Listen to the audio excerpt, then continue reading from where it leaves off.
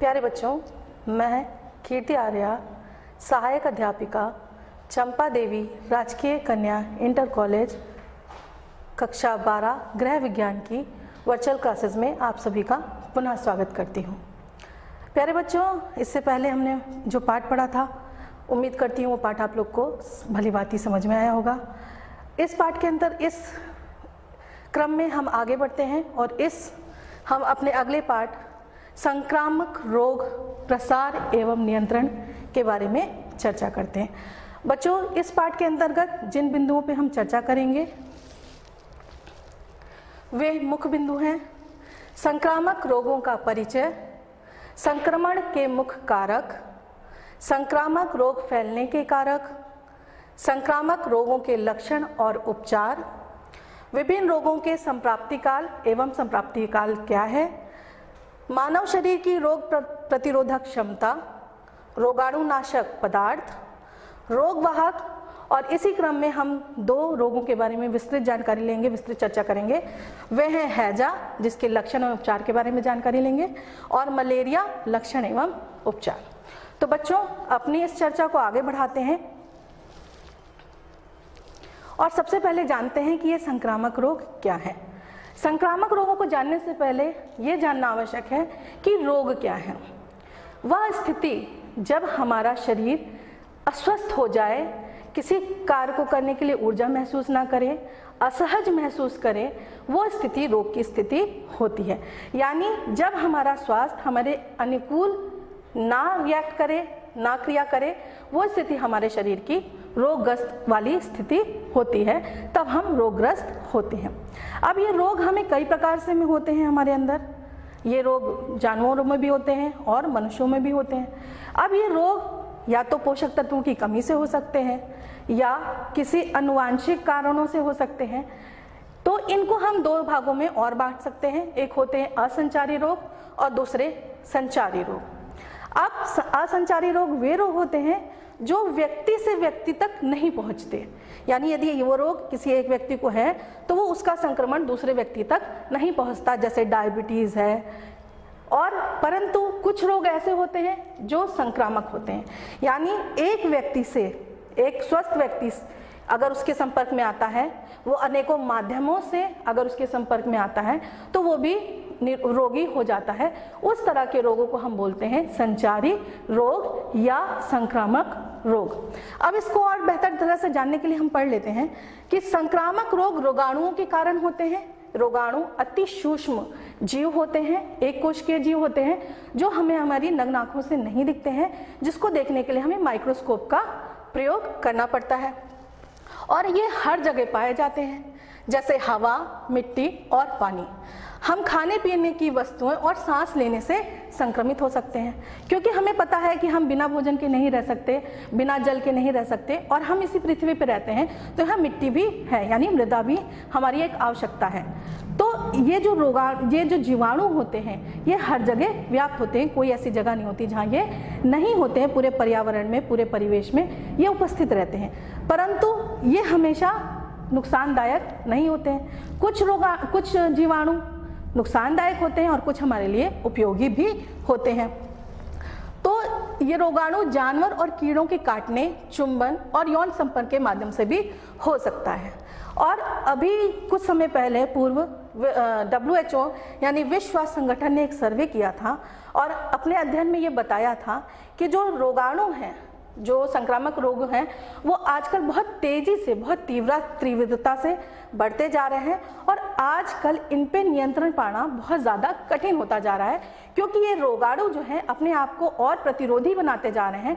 जो हम दवाइयों का सेवन करते हैं या जो हम प्रतिरोधक क्षमता अपने अंदर उत्पन्न करते हैं, उनको ये हराने के लिए अपने को और ताकतवर बना रहे हैं। इस चर्चा में आगे हम लोग चर्चा करेंगे हमारे जो मुख्य कारक हमने अभी चर्चा की कि जीवाणु होते हैं, यानी एक कोशिकीय सूक्ष्म जीव जिनके कारण रोग होते हैं। तो इनको मुख्य रूप से 4 भागों में बांटा जा सकता है। पहला है जीवाणु। जैसा पहले ही चर्चा में बताया जा चुका है कि ये सभी एक कोशिकीय होते हैं और ये जो है बहुत तेजी से गुणा करते हैं। ये 10 से 11 ना होके 10 से 20, 20 से 40 इस तरह से वृद्धि करते हैं। और इनकी स्पीड जो होती है, इनकी गति जो होती है बहुत ही ज़्यादा तीव्र होती है। जब ये अपने हिसाब से अनुकूल स्थिति को पाते हैं तो बहुत तीव्रता से ये बढ़ते हैं और वृद्धि करते हैं। दूसरा है वायरस। कोशिका अति सूक्ष्म जो है ये जीवित कोशिका में ही वृद्धि करती है। जो ये वायरस है ये जीवित कोशिका में ही वृद्धि करती है। अगर कोई कोशिका मृत हो गई है तो उस कोशिका में ये अपने को वृद्धि नहीं कर सकती है, जीवित कोशिका का होना अनिवार्य है। इसके अलावा इसकी एक खूबी होती है कि कई वर्षों तक, हजारों वर्षों तक सुषुप्त अवस्था में रहती है, यानी निष्क्रिय पड़ी रहती है। और जब कोई अनुकूल स्थिति इसके सामने आती है, अनुकूल परिवेश में, ये फिर से बड़ी तेजी से वृद्धि करते हैं और हमें संक्रमित करते हैं। इसके बाद बच्चों चर्चा करते हैं हमारे प्रोटोजोआ में। ये प्रोटोजोआ होते हैं ये गतिशील, ये प्रोटोजोआ में हमेशा गतिशीलता रहती है। और ये क्या करते हैं, हमारे शरीर में छोटी आंत, बड़ी आंत, इनमें अपना घर बना लेते हैं, यानी इनमें ही वो रहने लगते हैं। इसके अलावा मशरूम, कवक जो होते हैं, ये कवक भी एक जंतु पौध जगत का है जो कि कई प्रकार से मशरूम और फफूंदी में पाया जाता है। और ये अधिकतर फसलों को नुकसान पहुंचाता है। फसलों को जैसे गन्ना है, मूंगफली है, आलू है, इन सब के रोगों के कारक ये कवक ही होते हैं। अब हमने चर्चा कर ली कि ये जीवाणु क्या क्या है, अति सूक्ष्म है, इनमें वृद्धि करने की बहुत ज़्यादा तीव्र गति होती है। ये तीव्र गति जब होती है, इनमें कुछ अच्छाइयाँ भी होती हैं। ये जो जीवाणु हैं, अगर हम रोगाणु ना कह के इसको जीवाणु कहें तो ये जीवाणु हमारे लिए हानिकारक भी हैं और हमारे लिए लाभकारी भी हैं। जैसे जब हम सिरका बनाते हैं या अचार सिरका बनाते हैं या हम इन सब चीज़ों से इनका खाद बनाते हैं तो इसका अच्छा प्रभाव मिलता है। और ये जब हमारे लिए प्रतिकूल हो जाते हैं तो इससे हमें नुकसान होता है। अब संक्रामक रोग फैलने के कारक भी हैं। अब ये संक्रामक रोग खुद से कहीं नहीं जाते हैं, जहाँ ये जिस अवस्था में पड़े वहीं रहते हैं। इनको दूसरी जगह तक ट्रांसपोर्ट करने के लिए अलग अलग माध्यम होते हैं, अलग अलग तरह से इनको दूसरी जगह पहुंचाया जा सकता है। अब ये माध्यम क्या है, इनके बारे में चर्चा कर लेते हैं। तो सबसे पहले हम लोग चर्चा करते हैं कि ये जल और आहार के माध्यम से हमारे शरीर में रोगाणु पहुंच जाते हैं। क्योंकि हमें पता है कि हमारा शरीर जो है वो मुख्यतः जल से बना हुआ है।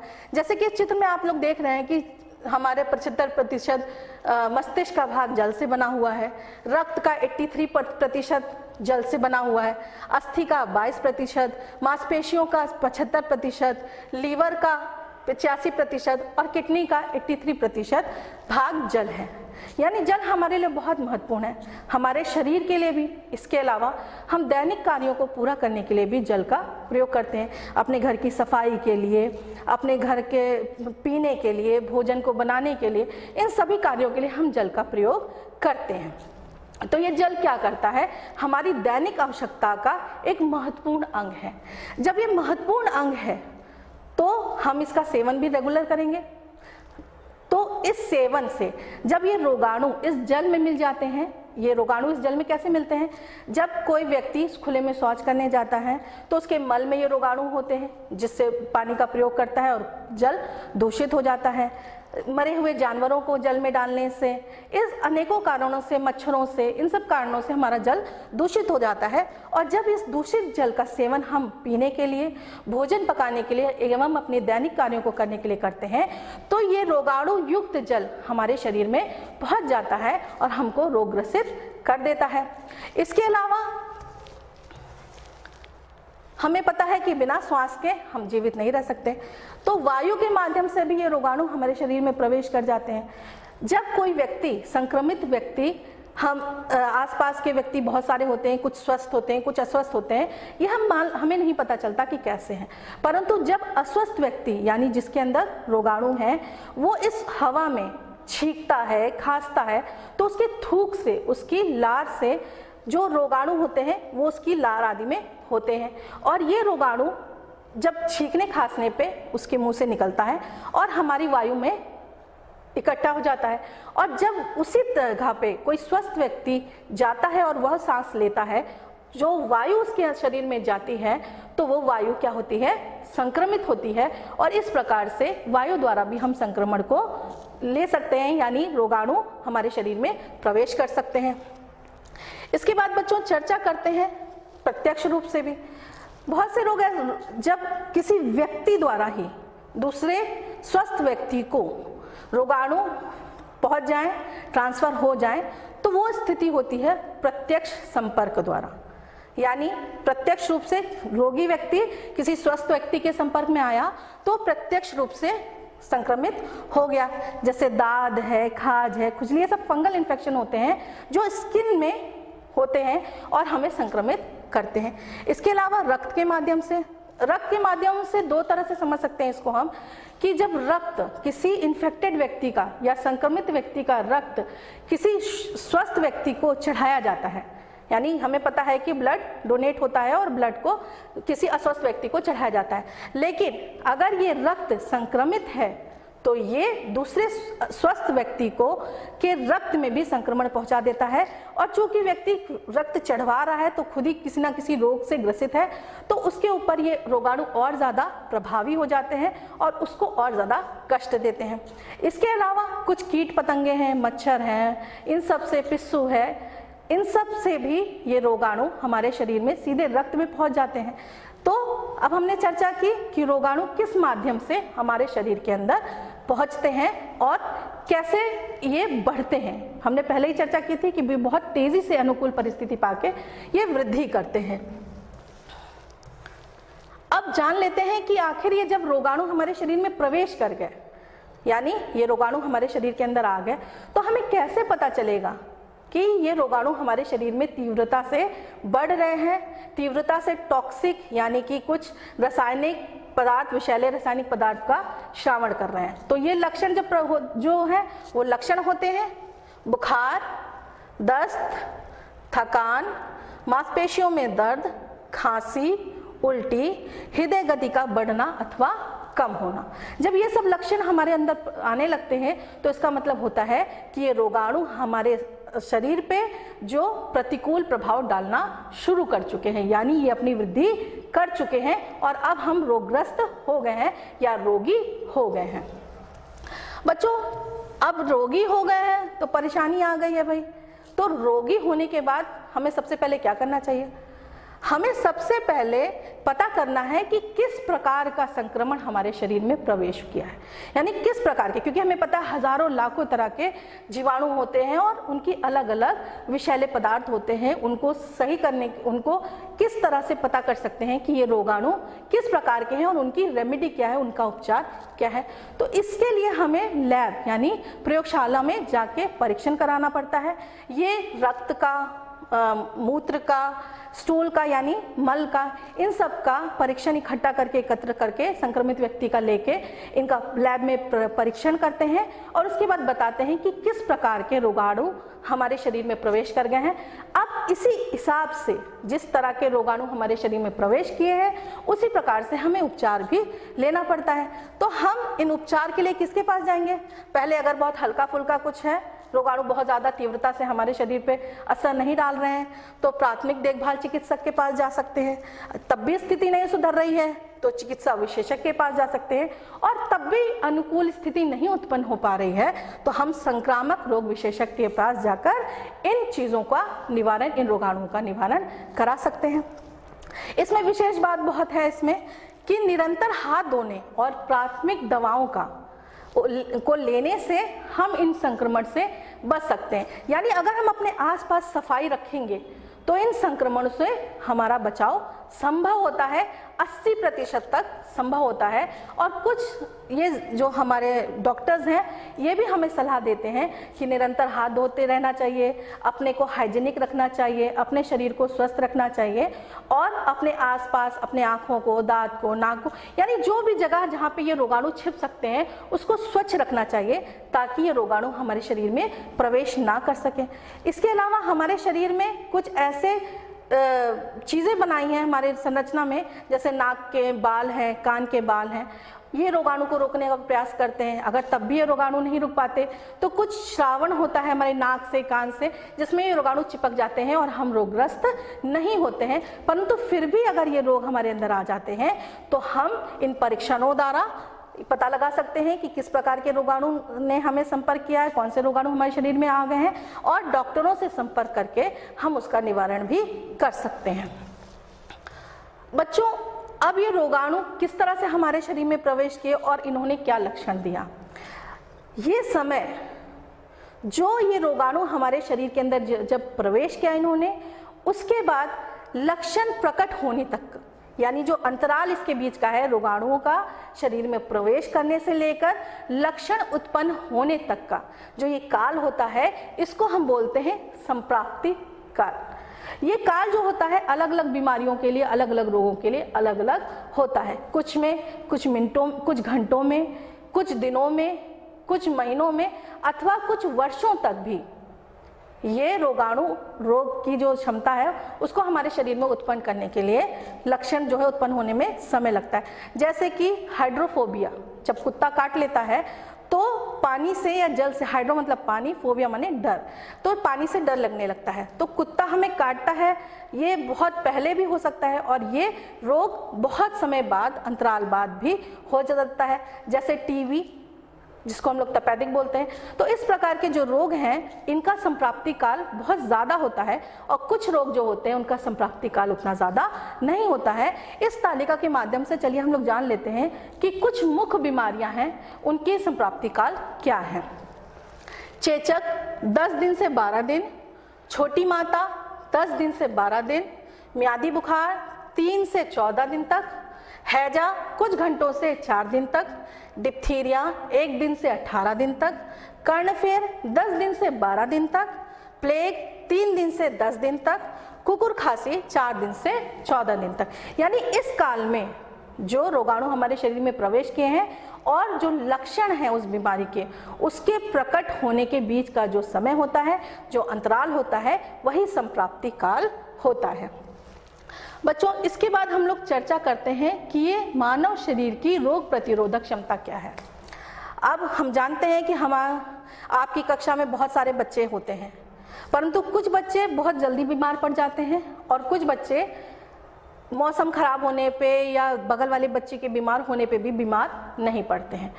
तो ये कैसे होता है, इसको समझने के लिए हमें ये जानना आवश्यक होता है कि हमारे शरीर में कुछ रोग प्रतिरोधक क्षमता होती है। ये रोग प्रतिरोधक क्षमता जो होती है ये संक्रामक रोगों को हमसे दूर रखती है। यानी अगर ये रोगाणु हमारे शरीर में प्रवेश भी कर जाते हैं तो उनसे एक फाइट करती है, उनसे ये लड़ाई करती है और इन रोगाणुओं को हमारे शरीर के अंदर वृद्धि करने से रोकती है और टॉक्सिक यानी विषाक्त रसायन पदार्थों को बनने से रोकती है, जिससे हमारा शरीर स्वस्थ रहता है। अब हमने कोशिका जब पढ़ा था तो हमने पढ़ा था लाल रक्त कोशिकाओं के बारे में और श्वेत रक्त कोशिकाओं के बारे में। तो ये क्या करती है, ये रोग प्रतिरोधक क्षमता हमारी इन कोशिकाओं या कणिकाओं में ही होती है और रोग प्रतिरोधक क्षमता को बढ़ाने के भी बहुत सारे कारक होते हैं। अगर हम पोषक तत्वों का सेवन सही से कर रहे हैं, अपनी दिनचर्या नियमित रखते हैं, सोने का समय, उठने का समय, ये सब अच्छे से फॉलो करते हैं, व्यायाम करते हैं, तो हम अपनी प्रतिरोधक क्षमता को भी बढ़ा सकते हैं।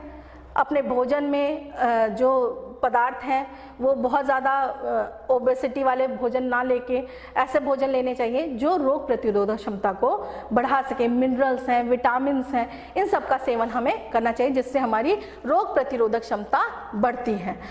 वास्तव में अगर हम इसको और बेहतर ढंग से समझ सकें तो ये क्या होती हैं, ये लाल रक्त कणिकाएं यानी आरबीसीज और श्वेत रक्त कणिकाएं हमारे शरीर में चौकीदार का कार्य करती हैं। यानी जिस तरह से चौकीदार किसी बाह्य को हमारे घर में आने से रोकता है, उसी प्रकार ये रोगाणु को रोकने का प्रयास करता है और हमें सुरक्षित रखने के लिए उत्तरदायित्व होता है।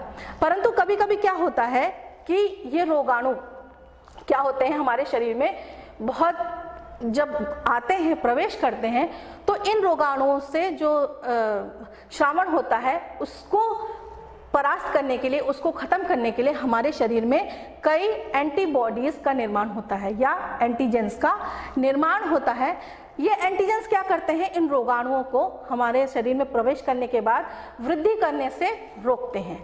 जब ये एंटीजेंस या एंटीबॉडीज इन रोगाणुओं को हमारे शरीर से बाहर निकाल देती है तो हमारा जो शरीर प्रतिरोधी हो जाता है, और अगर ये रोगाणु हमारे ऊपर हावी हो जाते हैं, यानी रोगाणु ज़्यादा तीव्रता से कार्य कर लेते हैं और ये एंटीबॉडीज उतनी सक्रियता से उन पे नहीं आक्रमण कर पाते हैं या उनसे नहीं लड़ पाते हैं, तो ये हमें रोगग्रस्त कर देते हैं। तो ये रोग प्रतिरोधक जो क्षमता होती है वो एंटीबॉडीज या एंटीजन जब स्रावित होता है, यदि वो विजयी हुआ तो रोग नहीं होगा, और अगर ये विजय नहीं हुआ तो हमें रोगग्रस्त कर देता है। इस चर्चा को और आगे बढ़ाते हुए सबसे पहले अब हम लोग जान लेते हैं कि अभी हमने रोग प्रतिरोधक क्षमता या इम्यूनिटी के बारे में चर्चा की, तो ये इम्यूनिटी हमारी आती कहाँ से है। हमने अभी चर्चा की कि इम्यूनिटी को दो भागों में बांट सकते हैं। प्राकृतिक प्रतिरोधक क्षमता, जो हमने अभी चर्चा की कि WBCs और RBCs सक्रिय रूप से प्रतिपिंड बनाती हैं, एंटीजेंस बनाती हैं, जिसकी वजह से ये प्रतिरोधक क्षमता हमारे शरीर में डेवलप होती है, और ये नेचुरली होती है, हमारे पोषक तत्वों के ग्रहण करने के हिसाब से होती है। यदि हम पोषक तत्वों का सेवन अच्छे से करते हैं तो ये अच्छे से डेवलप हो जाती हैं, स्ट्रांग हो जाती हैं, और अगर ये नहीं होती हैं तो हमारा शरीर रोगग्रस्त हो जाता है। इसके अलावा दूसरे तरीके होते हैं अर्जित अथवा कृत्रिम प्रतिरोधक क्षमता। अर्जित, जब कोई रोगाणु हमारे शरीर में प्रवेश कर जाता है और हम उस रोग से ग्रसित हो जाते हैं, जैसे कि चेचक, जब हम उससे ग्रसित हो जाते हैं तो दोबारा उस रोगाणु से लड़ने के लिए हमारे शरीर में एंटीजेंस या प्रतिपिंड बन जाते हैं, जो उस रोगाणु को दोबारा जब हमारे शरीर में प्रवेश करता है तो उससे प्रतिक्रिया करते हैं और उसको परास्त कर देते हैं, जिससे हमारा शरीर रोगग्रस्त नहीं होता है। इसके अलावा कृत्रिम रूप से भी हम प्रतिरोधक क्षमता ले पाते हैं। जब बच्चा जन्म लेता है उसके बाद ही से हमने कक्षा 8 में पढ़ा है कि उसको कई टीका लगाए जाते हैं, कई टीके लगाए जाते हैं। तो ये टीकाकरण क्या होता है, कुछ मात्रा में इन जो रोगाणु हैं इनके कुछ मात्रा में इनको हमारे शरीर के अंदर डाल दिया जाता है इंजेक्शन के माध्यम से, ड्रॉप्स के, जैसे पोलियो ड्रॉप है, उसके बाद खसरा है, इन सब के टीके होते हैं। तो ये हमारे शरीर में डाल दिए जाते हैं। जैसे समय जैसे जैसे समय बीतता जाता है वैसे वैसे ये जो है हमारे शरीर के अंदर के जो रोगाणु होते हैं ये इस तरह से वृद्धि करते हैं कि वो एंटीजन का काम करें, यानी प्रतिपिंड का काम करें, और जब ये रोगाणु हमारे शरीर में प्रवेश करते हैं तो हमें उससे बचाने का प्रयास करते हैं और हम इन रोगाणुओं से बच जाते हैं। इस चर्चा को और आगे बढ़ाते हैं बच्चों, और हमेशा हमने जाना है कि precaution is better than cure, यानी अगर हम सुरक्षा करें वो बेहतर है, ना कि जब हम रोगग्रस्त हो जाएं। यानी रोगी होना अच्छा नहीं है, रोग से बचाव करना अच्छा है। तो रोग से बचाव करने के लिए कुछ रोगाणु नाशक पदार्थ होते हैं, यानी वो पदार्थ जो हम इन रोगाणुओं को समाप्त करने के लिए प्रयोग करते हैं, इन रोगाणुओं को खत्म करने के लिए प्रयोग करते हैं, वही हमारे विसंक्रामक या निसंक्रामक होते हैं। अब आपको समझ में आया बच्चों, रोगाणु नाशक पदार्थ क्या होते हैं? वे पदार्थ जो इन रोगाणुओं को वृद्धि को रोकने का कार्य करते हैं, वही विसंक्रामक या निसंक्रामक होते हैं। तो इसको भी हम अगर और समझें बेहतर ढंग से, तो ये निसंक्रामक या विसंक्रामक जो होते हैं वो प्राकृतिक रूप से भी होते हैं, भौतिक भी होते हैं और रासायनिक भी होते हैं। प्राकृतिक रूप से सूर्य की किरणें, शुद्ध हवा और जल, इन सब द्वारा ये निसंक्रमित हो सकते हैं। यदि व्यक्ति सुबह ताज़ी हवा में टहलने जाता है, सूरज की रोशनी में थोड़े समय तक बैठता है, उसके बाद शुद्ध जल को ग्रहण करता है, तो अपने आप ही ये रोगाणु हमारे शरीर में प्रवेश नहीं कर पाते, क्योंकि हमें पता है कि रोगाणु तभी हमारे शरीर में प्रवेश करेंगे जब कोई ना कोई माध्यम होगा।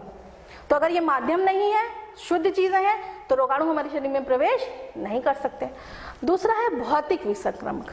भौतिक क्या होता है? कुछ भौतिक क्रियाओं द्वारा, भौतिक प्रयोगों द्वारा हम इनको निष्क्रिय कर सकते हैं या नष्ट कर सकते हैं, जैसे जलाकर, उबालकर, वाष्प द्वारा, गर्म और शुष्क वायु द्वारा।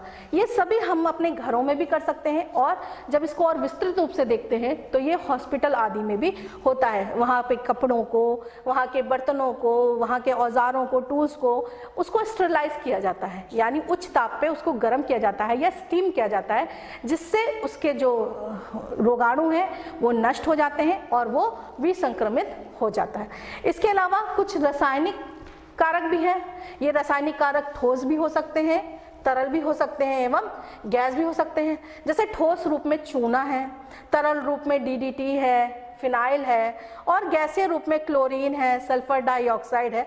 तो ये इस तरह से तीनों रूपों में हम इन रासायनिक विसंक्रमकों का प्रयोग कर सकते हैं। और रासायनिक जो विसंक्रामक हैं ये बहुत ही तीव्रता से कार्य करते हैं, यानी ये प्राकृतिक एवं भौतिक की अपेक्षा बहुत तीव्र गति से कार्य करते हैं और किसी भी सतह को, किसी भी जगह को विसंक्रमित करते हैं। तो यदि हम इनका प्रयोग करते रहेंगे, यदि हम अपने आसपास पानी को इकट्ठा नहीं होने देंगे, अपने आसपास के वातावरण को शुद्ध रखेंगे, अपने आप को हाइजीनिक रखेंगे, अपने आप को साफ रखेंगे, तो ये रोग हमारे शरीर के अंदर रोगाणु प्रवेश नहीं कर पाएंगे और हम रोगग्रस्त नहीं होंगे। बच्चों, अगली चर्चा, जैसा अभी हमने जाना कि कारक होते हैं, जो कारक हमारे रोगों को, रोगाणुओं को एक जगह से दूसरे जगह ले जाते हैं। अब रोगवाहक भी कुछ होते हैं। ये रोगवाहक क्या होते हैं? खुद तो रोगी नहीं होते हैं, यानी ये रोगाणु खुद के उस व्यक्ति के अंदर नहीं होते, परंतु ये दूसरे व्यक्ति को संक्रमित करने के लिए पर्याप्त होते हैं। यानी दूसरे व्यक्ति को वे जो खुद तो रोगाणुग्रस्त नहीं है, परंतु ये दूसरे को रोगग्रस्त करने का कार्य कर सकते हैं। जैसे मक्खी है, मच्छर है, पिस्सू है, जुएं हैं, ये सब हमारे रोगाणु वाहक होते हैं, जो स्वस्थ व्यक्ति के संपर्क में जब आते हैं तो उसको भी रोगग्रस्त कर देते हैं और हम रोगग्रसित हो जाते हैं। बच्चों, इस चर्चा के बाद अब हम लोग चर्चा करते हैं हमारे हैजा के बारे में। जैसा मैंने शुरू में बताया, तो हैजा जो होता है वो विब्रियो कैलरी नामक बैक्टीरिया से होता है और ये पानी से, जल से संक्रमित होने वाला रोग है। इस रोग में क्या होता है, हमारे शरीर में जल की कमी हो जाती है, क्योंकि हम निरंतर उल्टी और दस्त करते रहते हैं। अब ये व्यक्ति के सीधे संपर्क में आने से नहीं होता है, बल्कि ये किसी मल त्याग करता है जब अस्वस्थ व्यक्ति, तो वो जब जो जल को दूषित करता है तो दूषित जल को ग्रहण करने से होता है। अब हैजा के लक्षण हैं उल्टी, दस्त, ठंडक लगना, हृदय गति बढ़ जाना, पेशाब कम आना, मुंह सूख जाना। ये सब इसलिए होता है क्योंकि जल की कमी हमारे शरीर में हो गई है। इसके बाद इसके उपचार के लिए बहुत आवश्यक है कि हम ORS का घोल उसको निरंतर इंटरवल्स पर देते रहें और डॉक्टर्स के परामर्श के बाद उसको दवाइयाँ सेवन उसको कराया जाए। इसके बाद बच्चों, मलेरिया, जैसे कि हमने कहा कि मलेरिया जो मच्छरों से होता है, जो मादा एनोफिलीज मच्छर होती है, ये अपने लार में रोगाणु को लिए रहती है। जब ये स्वस्थ व्यक्ति को काटती है तो वो व्यक्ति भी रोगग्रस्त हो जाता है और इसका संप्राप्ति काल 10 से 12 दिन होता है। और अचानक इसमें क्या होता है, इसके लक्षण होते हैं कि अचानक सर्दी लगने लगती है, कपकपी के साथ बुखार आता है, बुखार बहुत तेज होता है और किसी एक पहर में ही ये बुखार बहुत तेज होता है और कमजोरी महसूस होने लगती है और भूख नहीं लगती है। अब मलेरिया से बचाव के लिए अगर हमें बचना है तो मच्छरों से बचाव होना चाहिए, तो मच्छरदानी का प्रयोग करना चाहिए। और इसके अलावा अपने आसपास पानी इकट्ठा नहीं होने देना चाहिए ताकि मच्छर नहीं पैदा हो सकें। अगर तालाब आदि है तो उसमें मछली छोड़ देनी चाहिए ताकि ये उसके लार्वा को खा सके और मच्छरों का जो वृद्धि है वो रुक सके। अगर ये रोग हमें हो जाता है तो हमें क्या करना चाहिए, डॉक्टर से परामर्श लेना चाहिए और उसके अनुसार ही दवाओं का सेवन करना चाहिए। पर्याप्त भोजन, पोषक तत्वों का सेवन करना चाहिए। इसके अलावा हमें अपने आप का ध्यान रखना चाहिए, स्वच्छ रहना चाहिए। इन सभी अगर चीज़ों का हम पालन करेंगे तो ये रोग हमें नहीं होंगे। बच्चों, इस चर्चाओं के बाद अब सबसे महत्वपूर्ण भाग आता है कि जो आपने समझा है उसको किस तरह से आप प्रदर्शित करेंगे। तो इसके लिए आपको अभ्यास कार्ड दिया गया है। निम्न प्रश्नों का उत्तर आप देंगे। पहला है, संक्रामक रोग क्या है? किन्हीं 5 संक्रामक रोगों के नाम लिखिए। रोगाणुनाशक पदार्थ कौन कौन से हैं, विवेचना कीजिए। और संक्रमण के मुख्य कारक कौन कौन से हैं। बच्चों, उम्मीद करती हूँ कि ये श्रृंखला, ये पाठ आपको भली भांति समझ में आया होगा और धन्यवाद।